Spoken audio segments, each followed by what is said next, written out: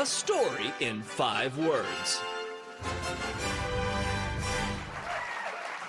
Trump forgives creepy lawyer pal.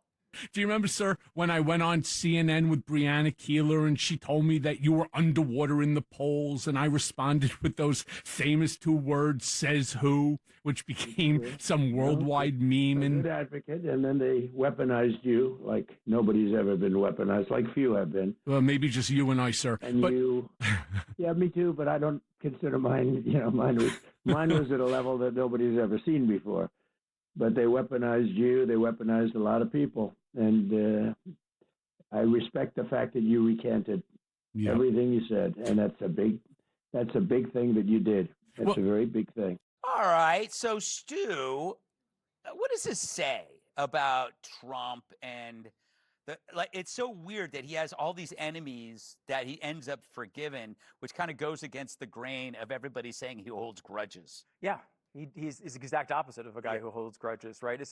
One of his superpowers is he is so incredibly transactional that if you like him today, he likes you today. If you don't like him tomorrow, he doesn't like you tomorrow. And as a normal human being, Trump is just a unique guy. He's able to just push through all of that stuff. And it gives him, I think, real power when it comes to politics. People are constantly doing things to you that you don't like. If you can kind of look past that and move past it, you wind up making longer-term allies. It's a bizarre thing. I mean, I'm not a huge Cohen fan. I don't think he's necessarily a good influence on anyone around him. But it is interesting. It's almost like they have this arc of the documentary Mr. and Mrs. Smith. I don't know if you remember that with Brad Pitt and Angelina Jolie, where they started off in love, and then they spent a good chunk of the movie literally trying to murder each other, but then they fell back in love at the end. So I guess that's where we are, the happy ending. Oh. I always look at Trump, Sean, as like a guy who runs on energy. And so a grudge uses up energy. It's like it's unusable energy for him to, it's like it just takes, so he doesn't he conserves energy for things that go forward, not backward. In a way. He can only have one grudge at a time, I think.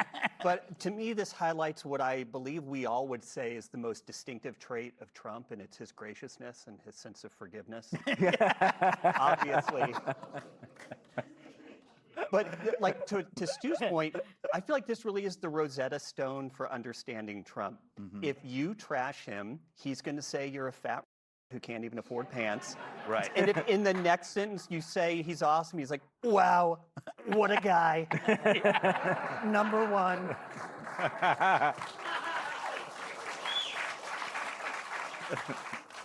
This is why I believe, Kat, there will be a Trump-Rosie reconciliation on this show. Oh.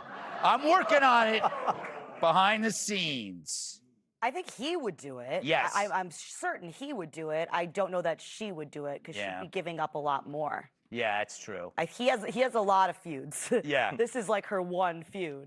So she'd be giving up her one thing, really. Yeah, what's left? But watching that, I just want everybody watching at home, I know one of you is thinking it, listening to that. No, this does not mean you need to text your ex. There's people probably thinking, hey, they had the courts involved and they still worked it out. Just because the restraining order's up doesn't mean you need to text them. Do you still have any grudges? Of course. I'm a Scorpio. Of course I do. Yeah. Who sighed deeply at that? Because out of everything we've talked about on this show, they were like, a Scorpio? That is too far. No, because a grudge sometimes can be protecting you from being hurt by the same person in the future. It takes me a while to get there, but sometimes a grudge is a good thing. He's reconciled with Ted Cruz. Ted Cruz was pretty bad. Marco Rubio, Musk, DeSantis.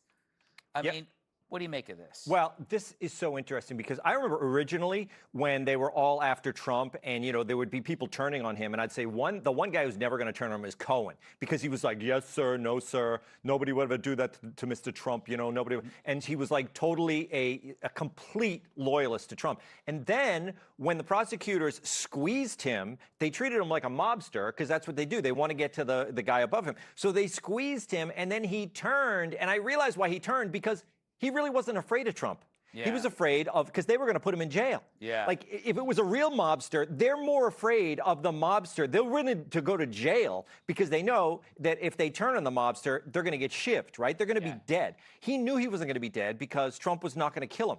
Now, the greatest thing about this is Trump knows. Like, why would Trump go on his podcast? Because he recanted, and not enough people heard it. Because no one pays attention to Cohen unless Trump is on his show. That's right. I did not know that until this story. Yes, so now everybody knows because Trump's on there. And you can bet, I didn't listen to the whole thing, but I bet you every answer that Trump gave involved him saying, and I appreciate that you recanted. Yes.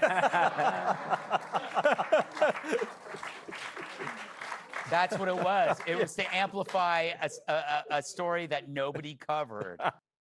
Be sure to like and subscribe for all the Fox News latest on YouTube and catch full shows streaming now on Fox One.